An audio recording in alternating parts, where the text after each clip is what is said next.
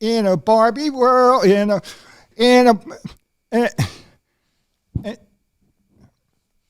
hey, hi everybody.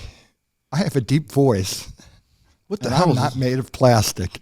I'm made of conventional cloth. Kensil culture, puppets, props, puns, podcasts.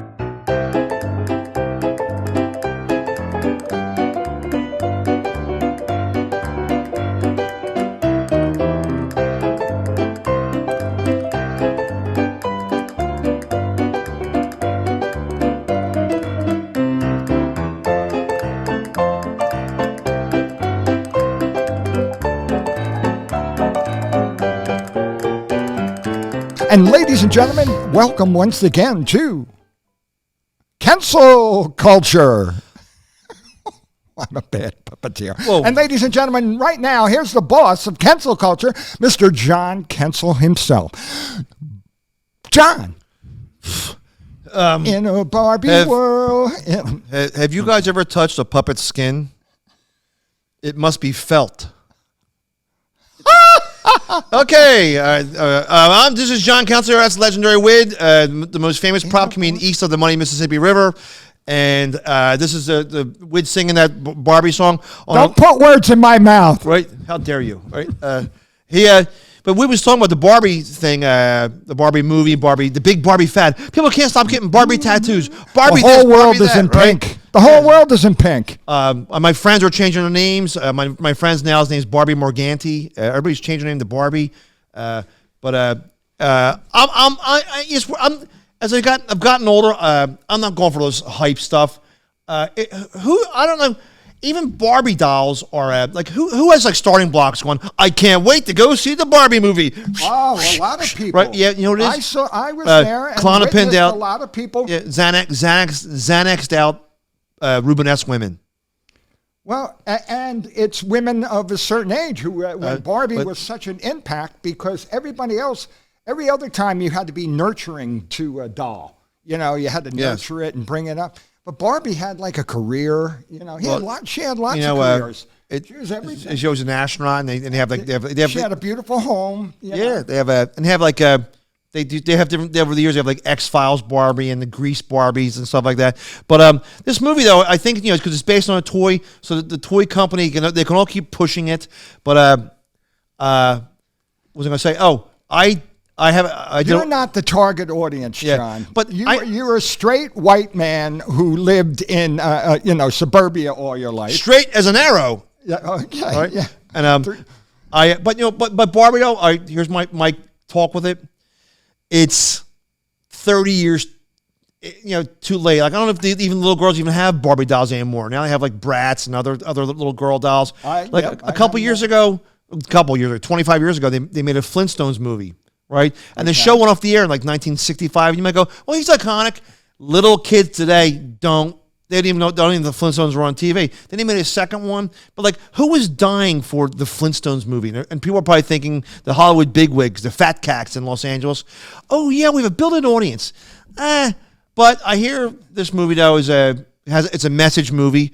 But in honor of it, Wid has friends in Princeton, New Jersey, where Oppenheimer's from, and Einstein, and the guy, and the Beautiful Mind guy, and Tom Cruise. Well, what I do is, besides doing props, I make artworks, out of broken toys and together, and I put them into dioramas, and it's mostly in windows of, galleries, and I've been in a couple museums and things like that. But somebody had commissioned me. Nobody has ever said to me, hey, we want a window of a specific, order.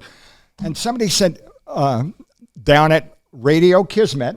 Okay, what the hell is that? Radio Kismet is a podcast studio right in the middle of the Penn campus on 34th and Sampson. Oh, why did I think it was Princeton? I'm sorry. I apologize. Oh, that's okay, because Princeton is part of it. My friend from Princeton gave me some very, very old time, like from the first waves of Barbies. They're probably worth a lot of money. The Ken has, this is how old it is. He has that G.I. Joe hair. Yes. Remember that fuzzy stuff that they put on there? And he's actually got bald spots and stuff. It falls out and stuff. Like Yeah, it's like glued on there. Yeah, he looks like he's chemotherapy Ken. Okay, but it is very, very unique that there was a world of Midge and everything that they're trying to rebrand. It's a big commercial, the Barbie movie, but it's a psychological thing that if a girl owns one Barbie, she owns 7 of them. Oh, she has to get her friends and stuff. And exactly. And so I was commissioned to make a Barbie window, okay, on 34th and Sampson. A Barbie window being, a Barbie-centric, scene that's set up. Like a Christmas display, only it's Barbie for the... Exactly. Artwork, John. Artwork. Yes. Okay. Although my first artwork was, honest to God, was a Christmas one. And I put pictures of Eisenhower all over the tree. And I said, may all your Christmases be Dwight. Okay. I swear that was the first one that I ever did. Okay. He's always thinking. But right there, okay, I put Barbies of all sorts of distinction, okay, playing tambourines and things and dancing around.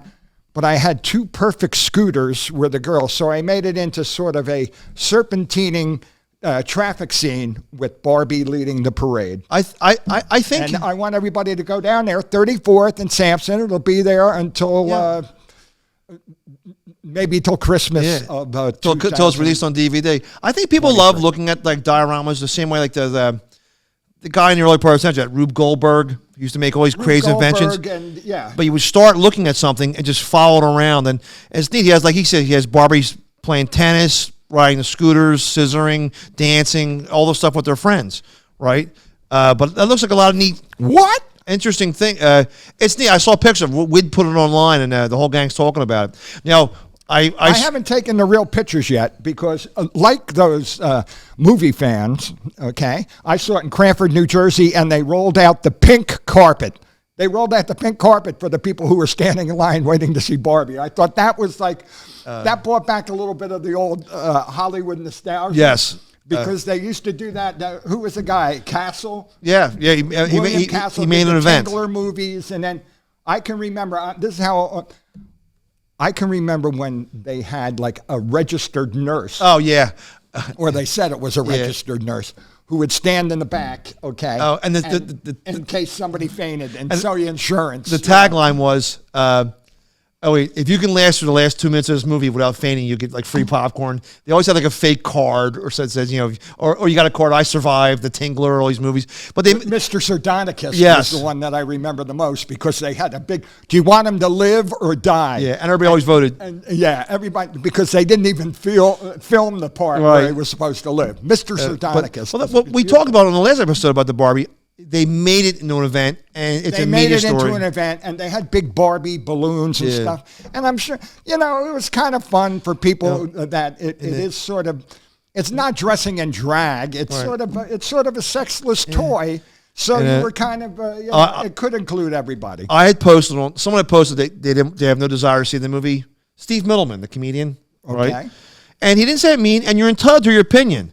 Well, I posted too, just what I said. I said, I have no desire to see it. Well, right away, somebody wrote back, I can see like a straight white man, probably conservative, saying that. Like, I didn't say anything at all. Just, I don't want to see the movie. It's not my cup of tea. I don't want to see a movie about clog dancing or steel drums. Right? Yeah. So they went on some big, long political tirade, and I'm not political at all. And I said, I don't feel like seeing either, right? So the person wants some big tirade, and of all these self-righteous ladies were going, yeah, you tell him, that's right. If you don't want to see it, we don't see it. And I didn't see it. So after all their tirades, I used the edit button. Well, I used the edit button on my original, and I turned my opinion. I hit edit, and I put up the diabolical. Diabolical. I put up, instead of my opinion about the Barbie, I put the recipe for Emeril Lagasse's recipe for popcorn shrimp. Right? So it seems these people are talking about popcorn shrimp, idiots. But I'm sorry, I cut you off. No. I'm just saying that Barbie is sort of it's like a fad. It's like I'm sure that I mean, but it took off because that's a target audience. Yeah. People today are looking for things that are a little bit more innocent than the actual world going on. We have so many. diverse characters and diverse directions to go into. People are reverting back into their childhood and trying to throw those values on kids. But you have a bug tie on, right? Bugs on your tie. But this nostalgia craze, right? Yeah. It always comes around every couple of years, and I actually think it's kind of neat because remember in the late '60s. They started like in 1930s music, like the Beatles have that song, "Your Mother Should Know" or "Winchester Cathedral." Right. Like a throwback to 30s. Like, yeah, this is what I said, Winchester. But people like the throwback, like especially the 50s for fads. Sha Na Na performed at Woodstock. Sha Na Na. Right. And then, I know. Then Love American Style had Happy Days. Then American Graffiti. Then Grease. But I think that if you go to nostalgia craze, like the Barbie movie. Well, a lot of people are into it's because those people are consumers. They have the disposable income. People who are like in their late 30s and that's probably what drives those nostalgia waves. I mean, even with the Great Gatsby a couple years ago, that bad Great Gatsby. They had Gatsby parties. They brought back that sort of thing. And a lot of times when a fad is out there, it's a movie that triggers it. And this is and the theaters will not theaters. The studios will promote these movies.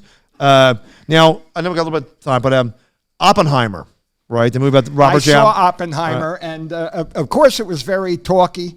And I did not know the guy who played Morton Downey Jr. Einstein. Oh, I don't know who that was either.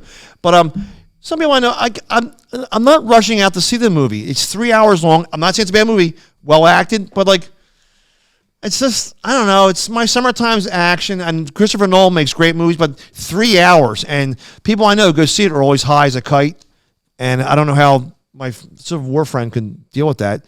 But it's a long movie, but I hear it's very visually enthralling, like all his other films are. But I'm not really rushing out to see Oppenheimer either. I don't know. It was interesting to see the first hour was maybe a little bit draggy because it had to fill in the backstory and the conflicts he had with people and everything. Was there scenes? Oh yeah, there were a couple of they were kind of clumsy sex scenes. Oh, Oppenheimer! It gave me atomic ache. But atomic ache. Okay, sorry. But no, I kind of enjoyed it but I'm torturous for old movies. And that movie is going to be around forever now. You know what I saw? What? The last Blue Beetle. No desire to. DC movies blow. I mean, they're not. Somebody said that this one actually had a sense of humor. No, a lot. That's what saves the movies if they're funny, right? Yeah. But DC movies were trying not to be like Marvel movies, be on their own, and you're allowed to be. Who says you have to be different that way? When it's funny, it's an enjoyable ride. But I saw the last voyage of the Dedimer, the movie about Dracula coming over on the ship, and the book. Oh, with Nicolas Cage. No, that was Renfield. And the book Dracula, which actually is a good book to read. One chapter is devoted on the. Renfield had him booked on a ship, a sailing ship, in the late 1890s. He ate bugs. He ate bugs like this. Renfield. I didn't know you liked. He said, "I didn't know you liked Thai food." No, but I'm sorry. Dracula sailed ship from Romania to England.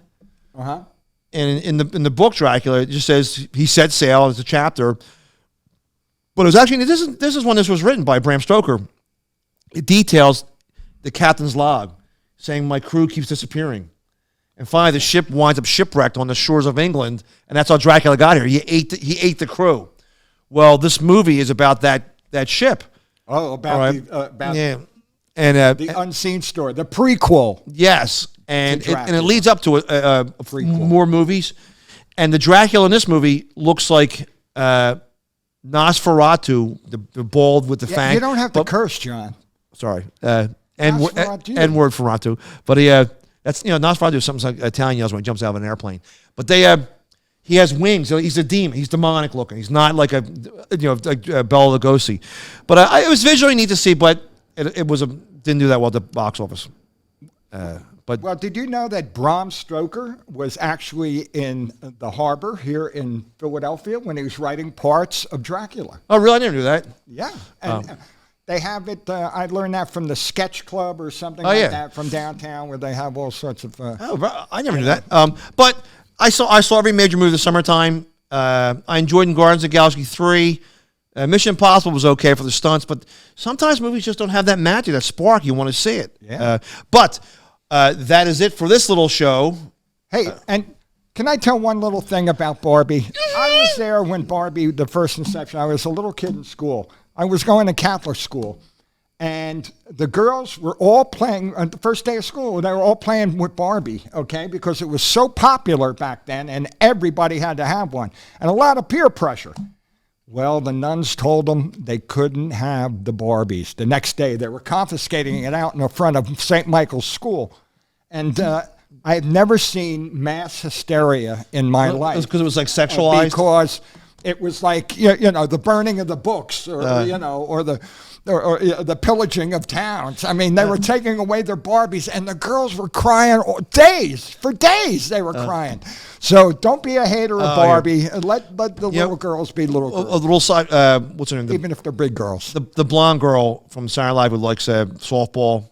Oh, she was weird Barbie. Yeah. Well, every little girl who has a Barbie doll winds up cutting her hair, and that weird stitched in Ken doll hair, or G.I. Joe hair, right? She's in the movie as she's called Weird Barbie. It's one of those Barbie dolls that some little girl cut her hair. That's kind of clever. That was funny. That's kind of clever. And so is the set director. Hey, ladies and gentlemen, this has been Kensil Culture. Okay, it's a pop culture magazine, and we want you to subscribe to this magazine. Okay, and hit that bell and go like this. Tell your friends.